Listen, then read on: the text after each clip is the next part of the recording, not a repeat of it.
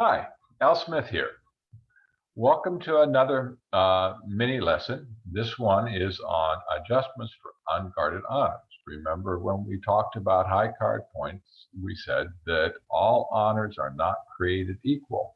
And what we're going to do is go through this and give you a simple approach that's going to allow you to calculate the true strength of your hand. It's one of the easiest things to do, but overlooked by many players, and it's one of the most important actions that you can do in bridge. So let's take a quick look at an example, okay, of where, as it relates to having the king of a suit. Okay, if you have the king and the XX shows two smaller cards, 10 and below, is guarded twice from being taken by the ace. So if the opponents leave the ace, you just play a lower card, and that ace has no effect on that king.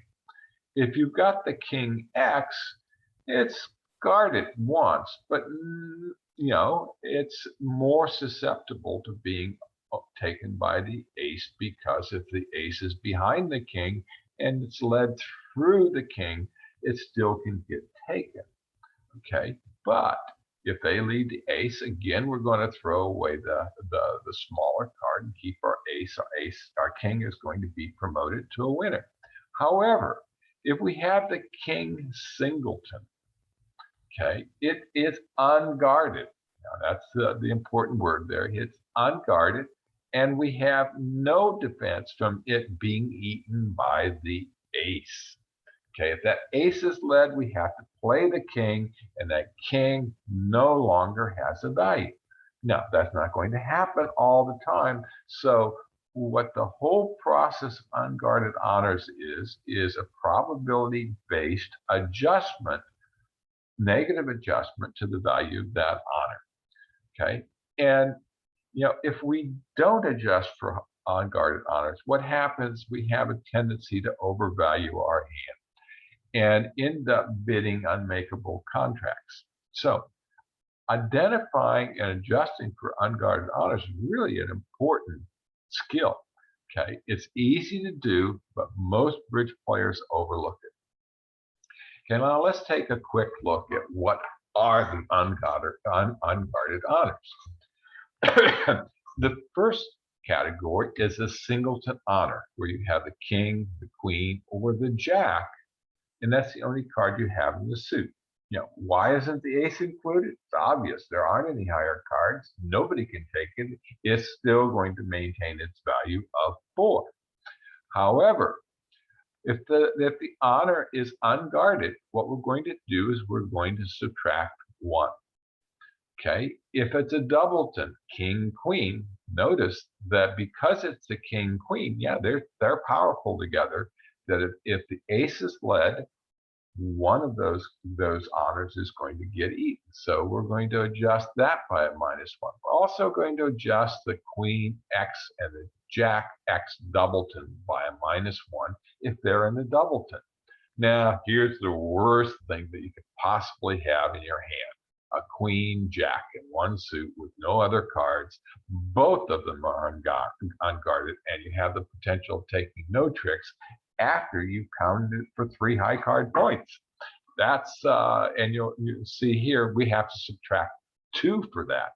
So imagine you've got 5 cards in one suit, 4 cards in another suit. You've got the queen jack and the third suit and queen jack and the fourth suit, both doubleton. You counted that as 6 high card points, and they are crappy.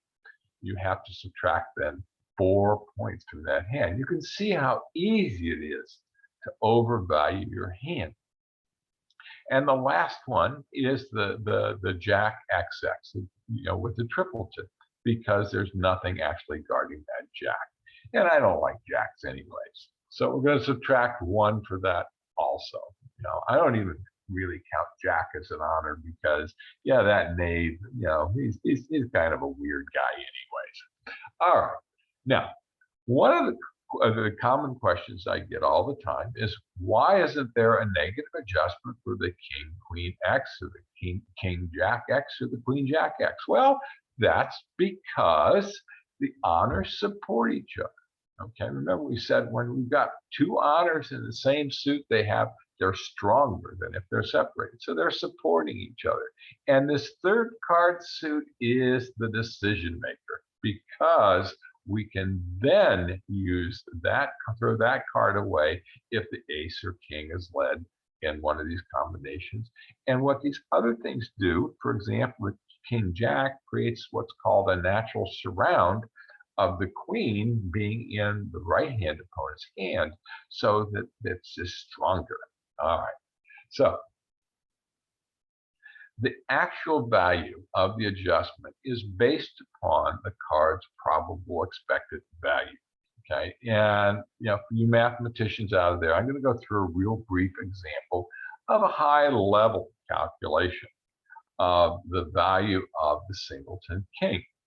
Okay, just so that you can all see how it's done, trust that those numbers are correct and use them and forget about the math. All right, so we have the situation where the left-hand opponent has the ace behind your king. Okay, that's going to happen 33% of the time. Okay, why 33%? Well, the left-hand opponent could have the ace, your partner could have the ace, or the right-hand opponent could have the ace. All right. Now, if the left-hand opponent underleads their ace, your king's going to win. Ah, yes. So we're actually has a value of 4. When they underlead that ace, our king actually, we're going to count it as 4. And we're going to say that the probability of that's 20%. All right. Now, if the left-hand opponent leads the ace, your king falls. Or if the right-hand person leads through there, your king is going to fall and get gobbled up by the ace. So it's going to have a value of 0. And the probability of that's around 80%. All right. Now, we've taken care of that possibility. Now, we're going to say, well, your right-hand opponent has the ace in front of the king. Okay. Now,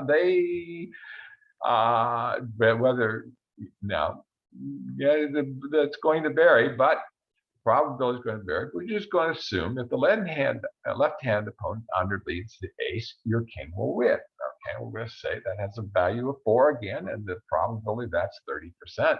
However, if he leads the ace, your king falls, and it's worth 0, so 70%. Now, if your partner has the ace, it's going to be worth 4 points 100% of the time, because your partner is going to win the ace and your king is going to be elevated to be equal to the ace. So now let's look at the actual calculation of the expected value using these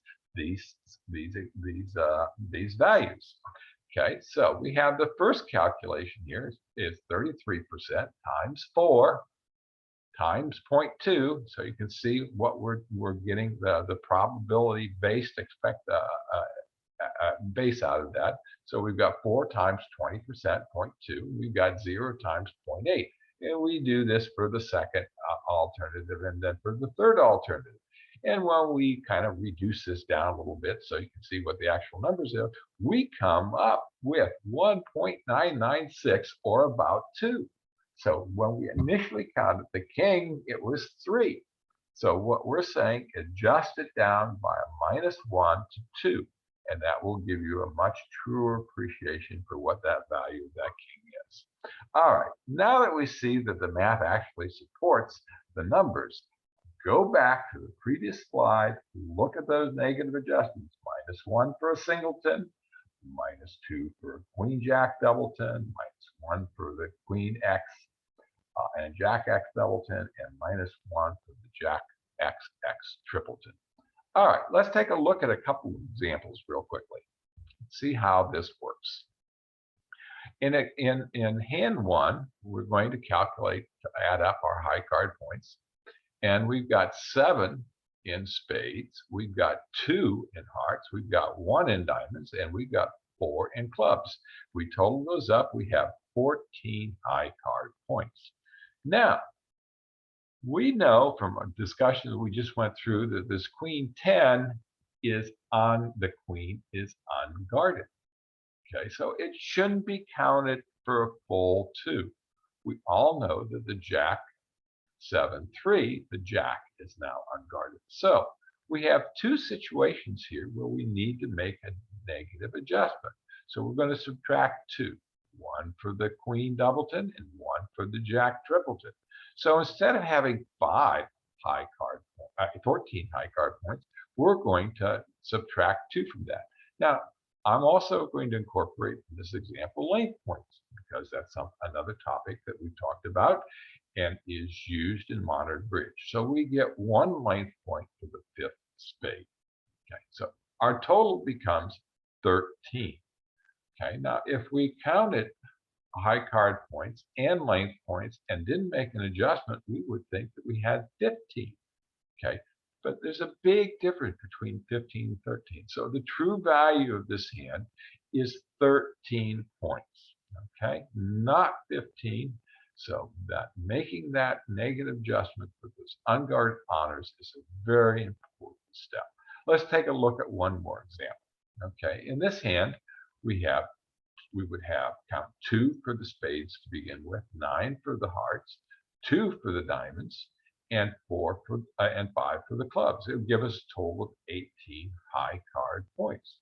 Now, in the unguarded honors, again, we have this situation here where we've got the doubleton queen. So we're going to make a -1 adjustment. We've got a singleton queen. We're going to make a -1 adjustment there too for a -2. Now, adding in the length points, we have 2. So we end up with a total adjusted number of points of 18.